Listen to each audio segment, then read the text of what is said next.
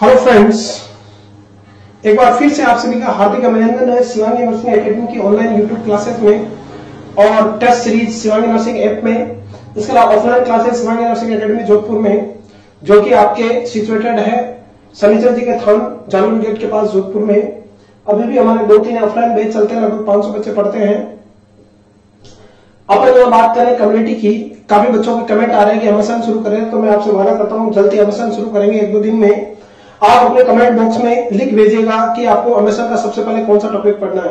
मैं पूरी MSN A to Z up to first लेके आपका सेल ब्लड टिश्यूज लेके लास्ट ईएनटी तक सारा पढ़ाता हूँ। क्लियर है? लोग कहते हैं कि एमएसएन बहुत अच्छी पढ़ाते हैं, सिलेक्शन मशीन वहीं से कराते हैं, तो मैं कोशिश करूंगा कि आपको वो बात प्रूव करूं। अपन अभी तक बात करिए पहले कम्युनिकेबल डिजीज में measles, mumps, rubella, diphtheria, small pox, chicken pox, इनके बारे में बात करिए। आज अपन बात करेंगे पर्टुसिस की। क्लियर है? बहुत इंपॉर्टेंट टॉपिक है। पर्टुसिस जो है वो छोटा सा टॉपिक है। यहाँ से क्या क्या क्वेश्चन बनेंगे देखिएगा। एग्जाम पॉइंट व्यू से यहाँ से 2-3 तरह से क्वेश्चन बनते हैं और फिर क्वेश्चन आते हैं। देखिए, बात करें अपन पर्टुसिस की, तो pertussis is a respiratory communicable disease, respiratory acute highly infectious bacterial disease. कैसी डिजीज है ये? Bacterial disease. अभी पढ़ेंगे पॉजिटिव एजेंट एक बैक्टीरिया होता है ग्राम नेगेटिव।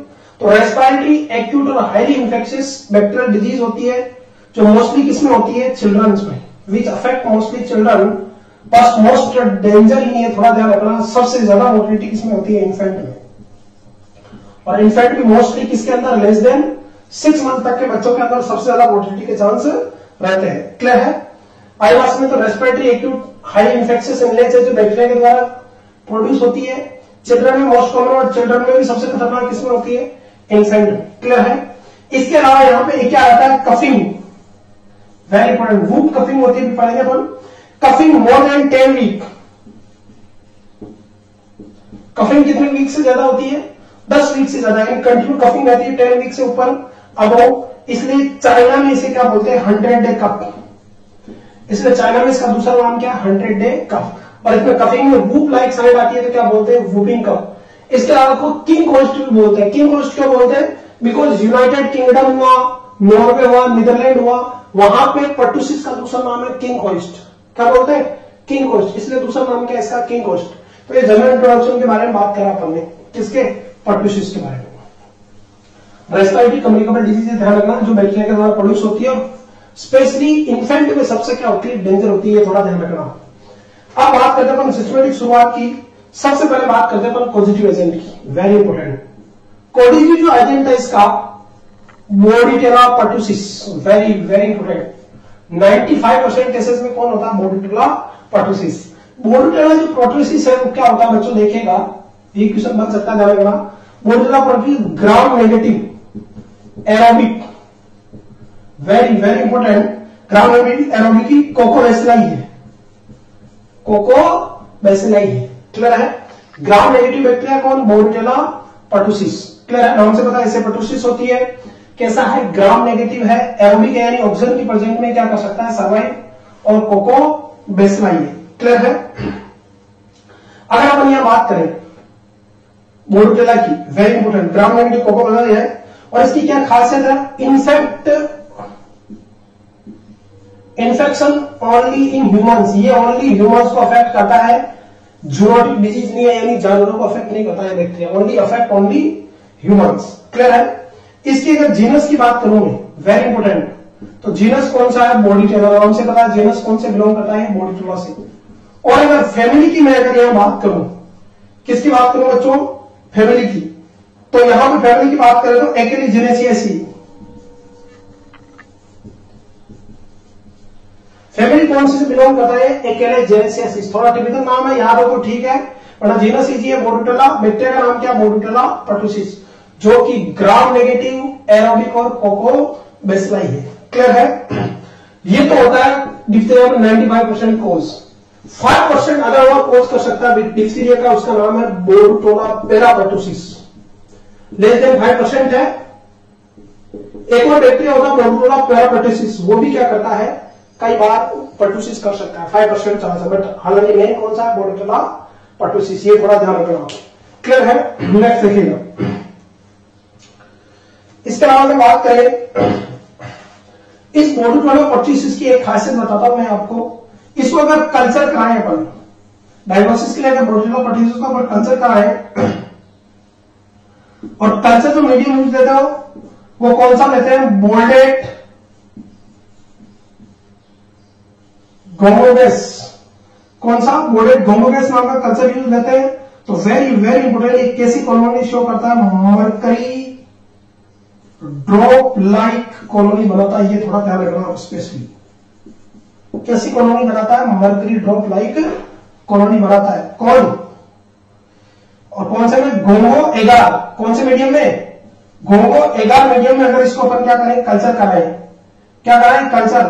तो एक कैसी कॉलोनी बनाता है बच्चों, मरकरी ड्रॉप लाइक, यानी मरकरी हेलोजन की, मरकरी की बूंदों की तरह चमकीली चमकीली से कॉलोनी बनाता है। कौन, बोर्डेटा पर्टुसिस।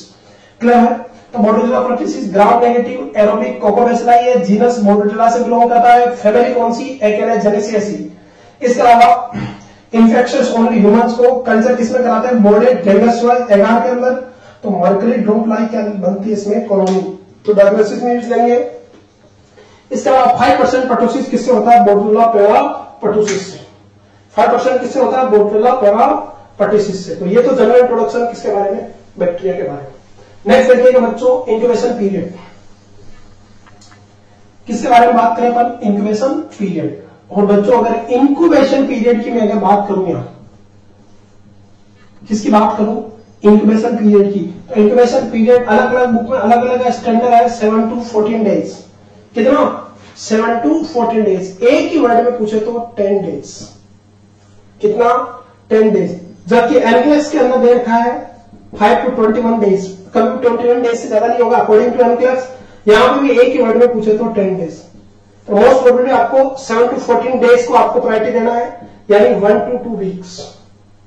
क्लियर है। कभी भी 21 डेज से ज्यादा नहीं हो सकता है। क्लियर है, ये बात ध्यान रखना। इंक्यूबेशन पीरियड तो 7 to 14 डेज, एक ही वर्ड में पूछे तो 10 डेज। Next, communicable period. किसकी बात करें, कम्युनिकेबल पीरियड। देखिएगा, हाईली कम्युनिकेबल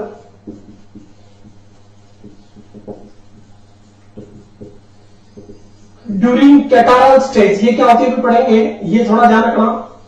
आपका जब इनिशियली पर्टुसिस होगा उस समय क्या होगा, कैटारल स्टेज यानी रनिंग और फ्लू लाइक सिम्टम आएंगे, उस समय ये हाईली कम्युनिकेबल है। और ये कैटारल स्टेज है वो लगभग 10 दिन तक चलती है। तो पेशेंट को आइसोलेट कितना करना है, आइसोलेशन टाइम की बात करूं तो कम से कम आपको पेशेंट को आइसोलेट करना है 14 डेज तक। क्लियर है, कितने दिन तक, 14 डेज तक पेशेंट को। कैटारल स्टेज में हाईली कम्युनिकेबल है ये, तो आपको 14 डेज तक पेशेंट को क्या करना है, आइसोलेट करना है। ये थोड़ा ध्यान रखना। इंक्यूबेशन पीरियड 7 to 14 डेज, एक ही बारे में पूछे तो 10 डेज। अकॉर्डिंग टू एनक्लेस 5 to 21 डेज, एक ही बारे में पूछे तो 10 डेज। पर प्रायोरिटी किसको देंगे आपको, 7 to 14 डेज को, 1 to 2 वीक। और कैटारल स्टेज में हाईली कम्युनिकेबल है, 14 डेज तक पेशेंट को करके आइसोलेट रखें। नेक्स्ट देखिएगा, जनरल इंट्रोडक्शन पढ़ रहे हैं बैक्टीरिया का। रूट ऑफ एंट्री, पर्टुसिस की क्या बात करें अपन, रूट ऑफ एंट्री। और रूट ऑफ एंट्री कौन सी है इसकी, रेस्पिरेटरी रूट बच्चों। कौन सा रूट, रेस्पिरेटरी रूट। नेक्स्ट बात करें अपन, रेस्पिरेटरी रूट से रेस्पिरेटरी कम्युनिकेबल डिजीज है, तो और आपके इनर्शियल नजर ड्रॉप के द्वारा जाएगा ये। Mode of transmission,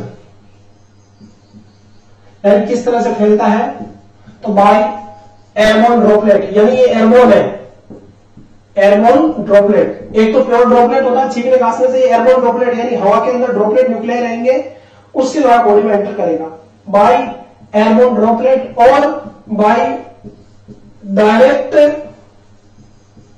contact with infected patient.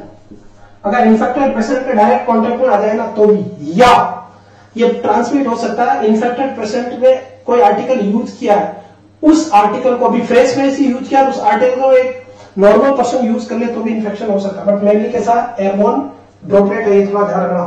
Clear है। नेक्स्ट देखिएगा, एज। एज है ये मोस्टली चिल्ड्रन में होता है और ऐसा कहते हैं कि नॉट मोर देन 5 ईयर। ज्यादातर ये 5 साल तक के बच्चों को ही क्या करता है, इसीलिए डीपीटी में, डीपीटी केवल 5 साल तक देते हैं, 6ठे साल पे आते हैं अपन ओनली डीटी देते हैं, मोस्टली चिल्ड्रन। बट डेंजर सबसे किसमें होता है, सबसे ज्यादा डेंजर होता है इन्फेंट्स में, ये बात याद रखना। एक क्वेश्चन सबसे ज्यादा मोर्टिलिटी अगर बात करें अपन पर्टुसिस की तो किसमें होती है? इन्फेंट में। 6 महीने तक बच्चों में मोर्टिलिटी बहुत खतरनाक है। वहां पे मेन जो कोज रहेगा इसका कॉम्प्लिकेशन ब्रोंकोनिमोनिया, बच्चों को निमोनिया हो जाता है क्योंकि रेस्पिरेटरी कम्युनिकेबल डिजीज से डेथ हो सकती है, या अडल्ट के अंदर हो सकता है पल्मोनरी हाइपरटेंशन, उसकी वजह से भी पढ़ेंगे क्या होते हैं। अडल्ट में भी हो सकता है, ऐसा नहीं कि 5 साल के बाद में होता, अडल्ट में होता, पर ऐसा मानता है कि मोस्टली 5 ईयर तक होता है। अडल्ट में भी होता है लेकिन रेयर चांस है। क्लियर है? एज हो गया। सीजन की अगर मैं बात करूं तो mostly winter season, winter and spring season, सर्दियां जा रही है और गर्मी आ रही है तो ये मौसम का बदलाव होता है। अभी वाला जो समय अप्रैल मार्च अप्रैल में ये बीमारी सबसे ज्यादा हुआ करती है, कौन सी? पर्टुसिस। क्लियर है? सेक्स की अगर मैं बात करूं तो वेरी इंपोर्टेंट, पता नहीं क्या कारण है but female are more affected than male. Exact etiology unknown है बट फीमेल ज्यादा सफर करती है किससे? कंपेयर टू मेल, पर्टुसिस में। क्लियर है? ये तो बात हुई अपन जनरल किसके बारे में बात, पर्टुसिस का जनरल प्रोडक्शन, वूपिंग कफ का, 100 डे कफ, या जिसको किंग होस्ट के रूट ऑफ एंट्री रेस्पिरेटरी है, mode of transmission by airborne droplet या direct contact with infected person, as mostly in children but more than 5 year से ज्यादा को कम होते हैं चांस। सबसे ज्यादा खतरनाक किसमें होती है? इन्फेंट्स में। सीजन विंटर रहेगा, female are more affected than male, ये थोड़ा आप ध्यान रखना। क्लियर है? यहां तक को डाउट हो तो बता सकते हैं। नेक्स्ट देखिएगा, उसके बाद बात करें अपन दूसरे नंबर पे। क्लियर है? दूसरे नंबर पर अगर बात करें अपन यहां वेरी इंपोर्टेंट साइन सिम्टम, किसकी बात करेंगे अपन? Sign symptom. यहां पे जो साइन सिम्टम है वो आते हैं 3 स्टेज में। कितने स्टेज में बच्चों? 3 स्टेज में। सबसे पहले साइन सिम्टम में पहले बात करते हैं अपन कौन सी स्टेज? Catarrhal stage. अभी आ गया था, पहले पढ़ा कि सबसे ज्यादा कम्युनिकेबल कौन सी स्टेज में? Catarrhal stage. कैटारल स्टेज चलती है 10 डेज तक। कितने डेज तक? 10 डेज तक। और 10 डेज तक चलेगी तो हाईली कम्युनिकेबल है कि नहीं इस समय? तो इस समय पेशेंट को क्या रखना है? आपको आइसोलेट रखना है। क्या रखना पेशेंट को? आइसोलेट रखना। किस समय? जब ये हाईली क्या हो? कम्युनिकेबल हो। कौन?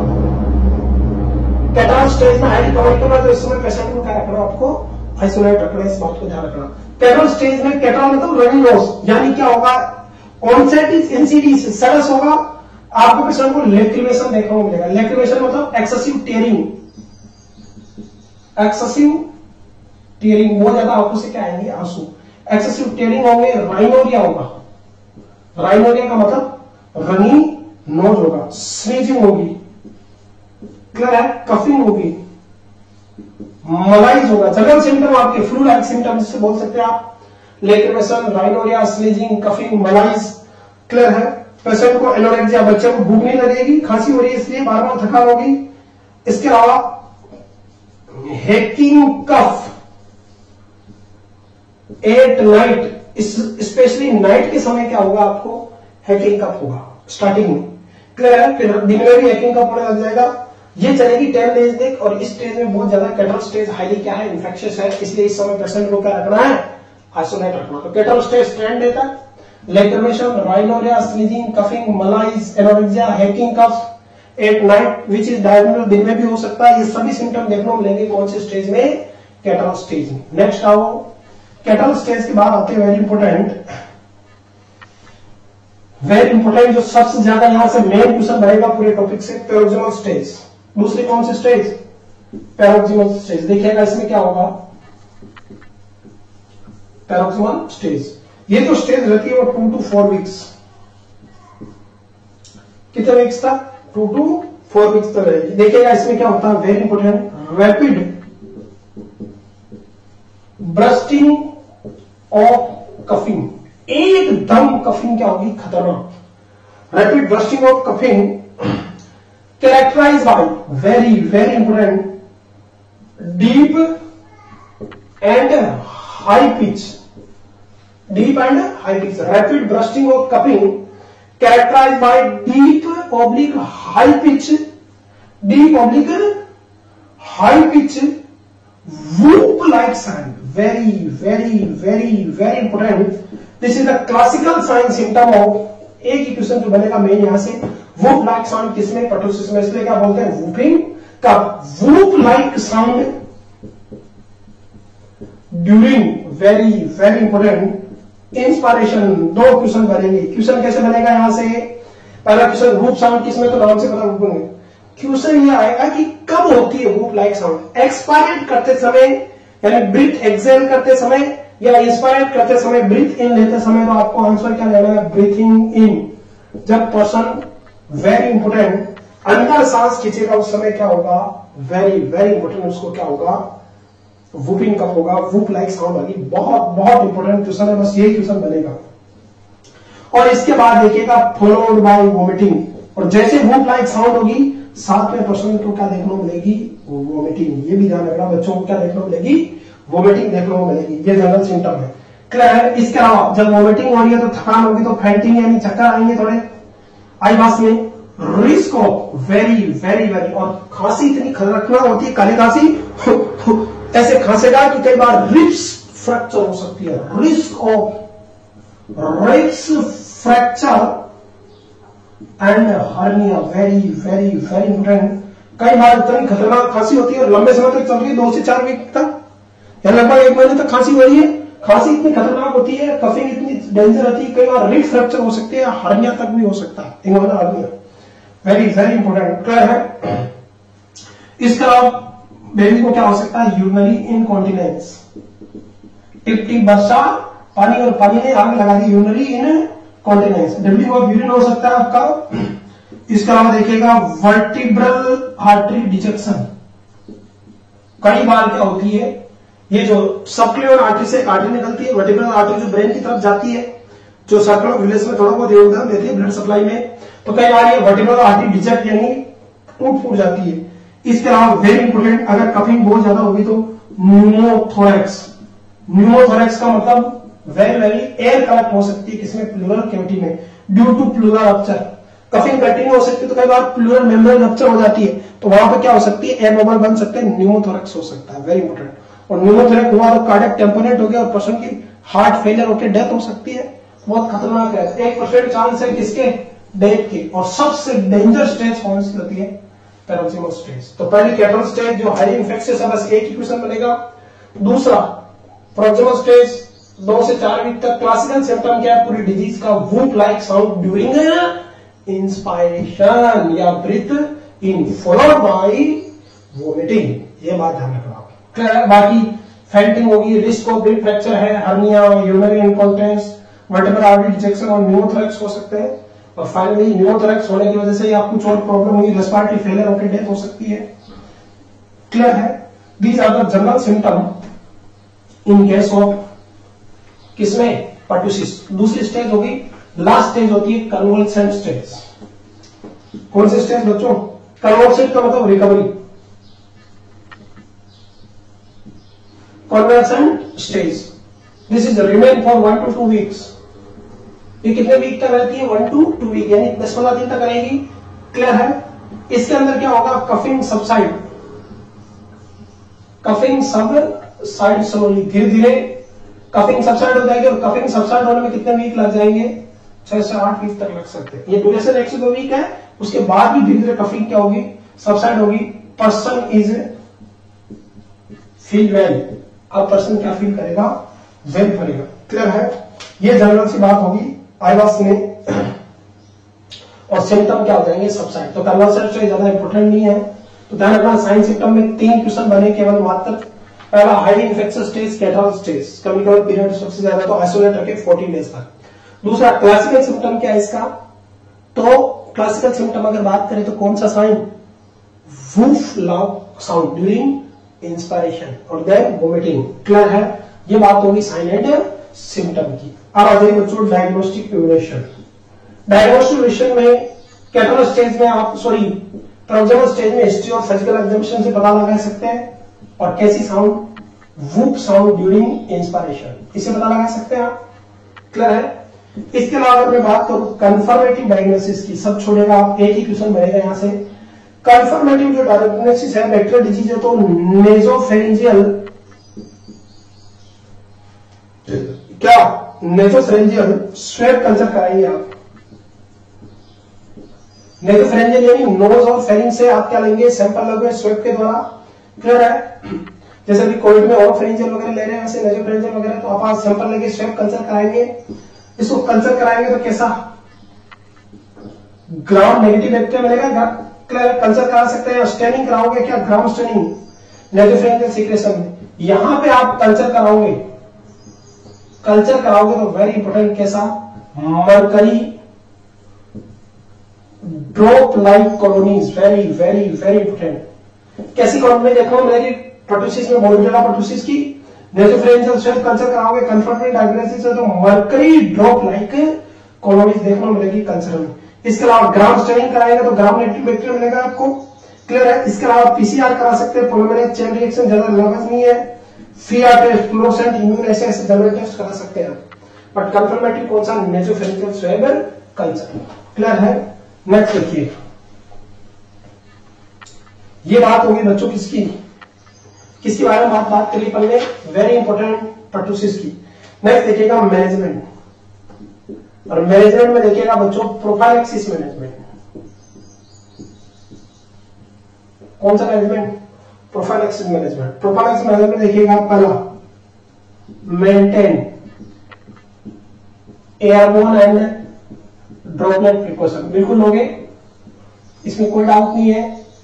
आसपास में पेशेंट को आइसोलेट रखोगे, आइसोलेशन रखोगे, जनरल सी बात है, एयरबोर्न और ड्रॉपलेट प्रिकॉशंस लेना, आइसोलेट रखोगे।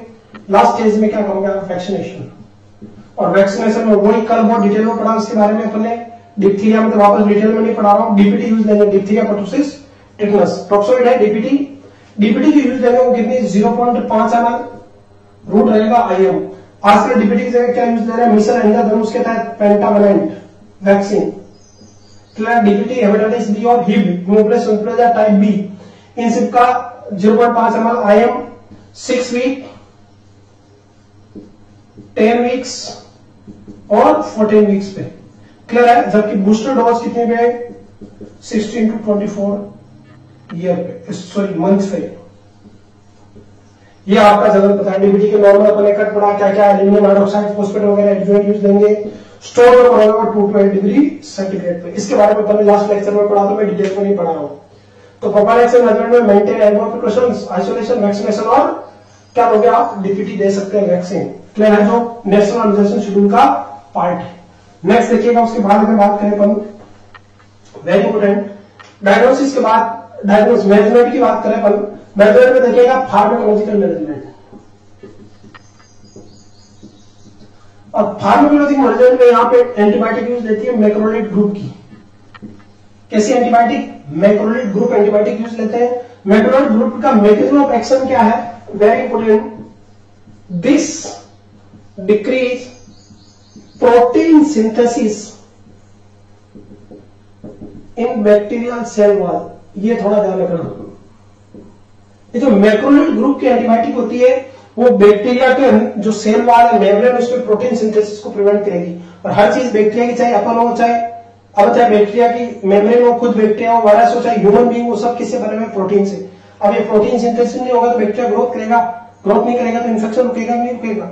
तो अपन मैक्रोलिड ग्रुप की एंटीबायोटिक में सबसे पहले बात करते हैं इरिथ्रोमाइसिन की बच्चों, very very very important. Erythromycin very very very important question, जो लास्ट क्वेश्चन यहां से। इरिथ्रोमाइसिन ड्रग ऑफ चॉइस है किसमें, पर्टुसिस में, वेरी वेरी वेरी इंपोर्टेंट। या वुपिंग कप में ड्रग ऑफ चॉइस कौन सी है बच्चों, कौन सी, इरिथ्रोमाइसिन। मैक्रोलिड से बिलोंग करती है, कितनी देते हैं तो 40 mg पर kg of body weight into QID, दिन में कितने बार, 4 बार देना। और कब, कितने दिन तक देते हैं, एटलीस्ट 10 डेज तक। कई बुक में 2 वीक में देने का, तो 10 to 12 वीकली। और ऐसा कहते हैं कि इरिथ्रोमाइसिन देने के बाद 5 दिन बाद में बीमारी के साइन सिम्टम काफी हद तक सबसाइड हो जाते हैं। तो ड्रग ऑफ चॉइस कौन सी है, इरिथ्रोमाइसिन पर्टुसिस, 40 mg पर kg of body weight, QID 10 days. अब इरिथ्रोमाइसिन दे रहे हो तो इसका साइड इफेक्ट ध्यान रखना, इन्फेंट लेस देन 6 months में कॉन्ट्रा इंडिकेटेड है, कौन, इरिथ्रोमाइसिन। हालांकि इरिथ्रोमाइसिन सबसे सेफ एंटीबायोटिक मानी जाती है, चाहे प्रेगनेंसी में भी दे सकते हैं, किसी को भी दे सकते हैं, पर इन्फेंट लेस देन 6 months में कॉन्ट्रा इंडिकेटेड है, या नहीं देना, बिकॉज अगर इन्फेंट को देंगे 6 months से कम को, risk of very very important किसकी, pyloric stenosis, very very very important. अगर 6 मंथ से कम बेबी को अगर देते हैं क्या, वेरी इंपोर्टेंट क्या, एरिथ्रोमाइसिन, तो ये क्वेश्चन बन सकता है फ्यूचर में। ये इतना पढ़ाने का मेन मकसद था, बाकी तो जनरल सिम्टम में ज्यादा इंपोर्टेंट टॉपिक नहीं है। मेन क्वेश्चन बनेगा एरिथ्रोमाइसिन, ड्रग ऑफ चॉइस है। अगर इन्फेंट लेस देन 6 मंथ तक, 6 महीने तक के बच्चों को देना है तो किसके रिस्क है, पाइलोरिक स्टेनोसिस की। पाइलोरिक स्टेनोसिस जेआईटी की प्रॉब्लम है, क्लियर है। इसमें अपन क्या करते हैं, सर्कुलर मसल फाइबर की हाइपरट्रोफी होती है, तो पेरिस्टालसिस मूवमेंट होते हैं, 3P सिम्टम आते हैं, क्लियर है। पाइलोरिक स्टेनोसिस के अंदर क्लियर है 3P, जिनमें प्रोजेक्टाइल वोमिटिंग मेन सिम्टम होता है। इसके इलाज के लिए अपन कौन सा, पाइलोरोमायोटोमी, कौन सी सर्जरी करते हैं, पाइलोरोमायोटोमी, या उसी को बोलते हैं फ्रेडेट्स रामस्टेड्स ऑपरेशन।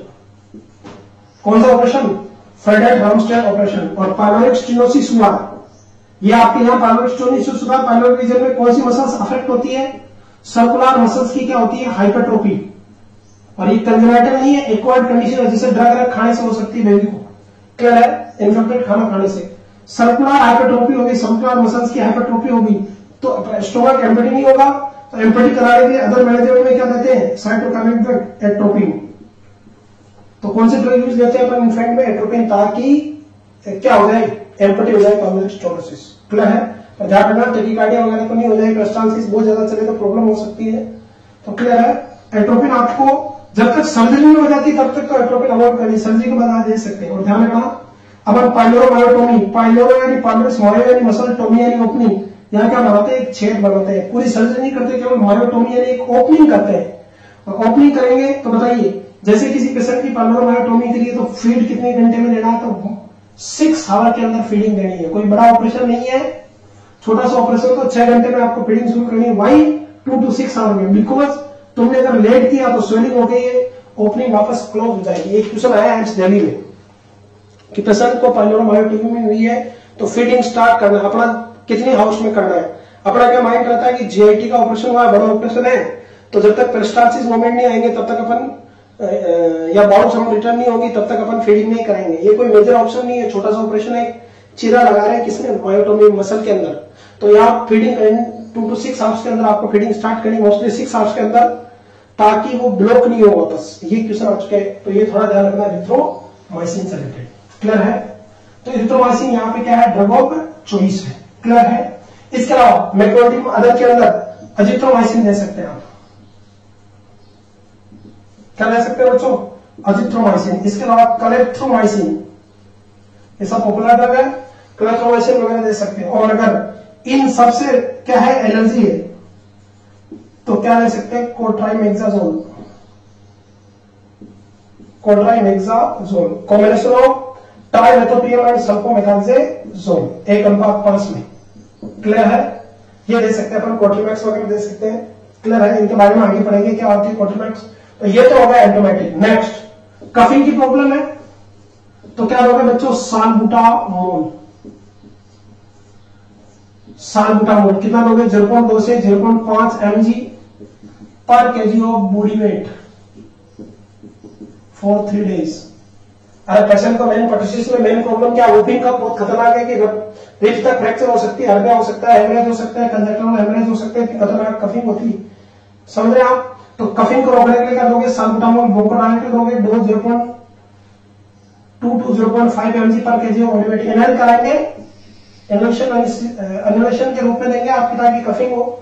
और सालबुटामोल दे रहे हो तो साइड इफेक्ट में एक तो टेकिकार्डिया होगा और एक इलेक्ट्रोलाइट इम्बैलेंस कौन सा होगा, हाइपोकैलेमिया, पोटेशियम का लेवल क्या रह जाता है, कम। तो ये भी चेक करते रहना, ये क्यों होता है, ये मैं आपको जब ब्लड पढ़ाऊंगा या कार्डियक सिस्टम पढ़ाऊंगा तब डिटेल में पढ़ाऊंगा कि कैसे सालबुटामोल हाइपोकैलेमिया करता है। ये आप अपन पढ़ेंगे रेस्पिरेटरी सिस्टम में, क्लियर है। तो ये तो होगा इसका मैनेजमेंट। नेक्स्ट देखिएगा पर्टुसिस का लास्ट छोटा सा कॉम्प्लिकेशन।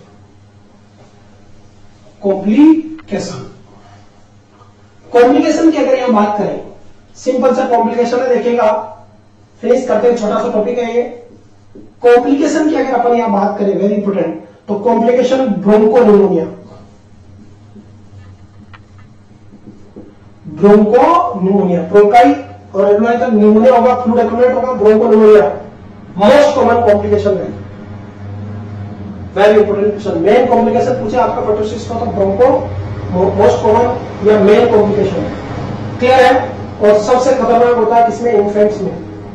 डेंजर है किसके अंदर, इन्फेंट में। मोर्बिलिटी सबसे ज्यादा इन्फेंट में होती है इसकी वजह से। क्लियर है। मेन कॉम्प्लिकेशन क्या है, ब्रोंको निमोनिया। इसके बाद दूसरा मेन होता है एपनिया। एपनिया क्या होता है, टेम्पररी, एक तो आप कहते हैं cessation of breathing is known as apnoea. Cessation of breathing यानी ब्रीथिंग का रुक जाना एपनिया, गलत बात है। सीजन ऑफ ब्रीथिंग तो फिर डेथ क्या होती है, मौत क्या होती है। सीजनेशन ऑफ ब्रीथिंग का मतलब होता है डेथ। इसकी स्टैंडर्ड डेफिनेशन क्या है, temporary cessation of breathing at least for 20 to 30 second. कितने देर तक, टेम्पररी सीजनेशन होगा, परमानेंट नहीं। Breathing at least for 20 to 30 second with relative bradycardia. साथ में पर्सन को क्या हो, ब्रेडिकार्डिया हो। हार्ट रेट क्या हो जाए, कम था, क्या कहलाता है, एपनिया। और इन्फेंट एपनिया में ड्रग ऑफ चॉइस कौन सी होती है पता आपको, कैफीन। ये ध्यान रखना, ये सब इंस्टीट्यूशन है। क्लियर है। तो नेक्स्ट कॉम्प्लिकेशन एपनिया हो सकता है। इसके अलावा वेरी इंपोर्टेंट पल्मोनरी हाइपरटेंशन हो सकता है, जो मोस्टली अडल्ट में होता है। और पल्मोनरी हाइपरटेंशन होगा तो राइट साइडेड हार्ट फेलियर के सिम्टम आ सकते हैं। पल्मोनरी हाइपरटेंशन रेस्पिरेटरी सिम्टम आएंगे। क्लियर है। इसके अलावा इतनी कफिंग खतरनाक होगी ना, आंखों से ब्लीडिंग होने लग जाती है। सम कंजक्टाइवल हेमरेज, काफी कफिंग इतनी खतरनाक होती है, हिप फ्रैक्चर हो जाती है, कई बार आंखों से खून निकलने लग जाते हैं। सब कंजक्टाइवल हेमरेज हो सकते हैं। पेशेंट को कन्वर्जन हो सकता है। एनसेफेलोपैथी, कफिंग इतनी खतरनाक होती है कि ब्रेन की जारी हो जाती है, ब्रेन फूट जाता है अंदर से न्यूरॉन्स। तो एनसेफेलोपैथी हो सकती है, पर्सन कोमा में जा सकता है, क्या हो सकती है, डेथ हो सकती है। सब कॉम्प्लिकेशन है।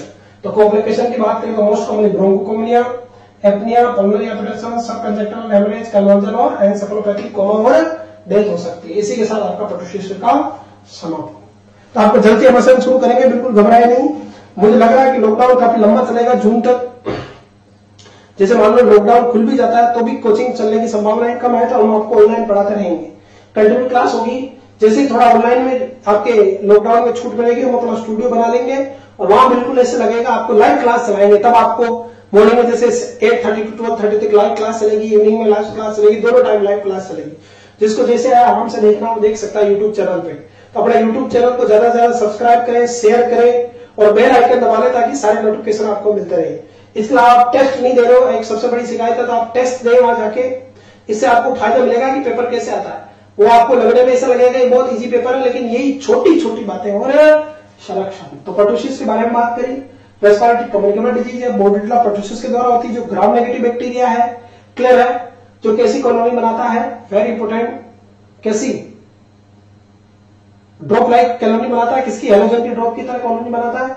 आईएलआईएस में इंक्यूबेशन पीरियड 7 to 14 डेज, एक के बारे में पूछे तो 10 डेज।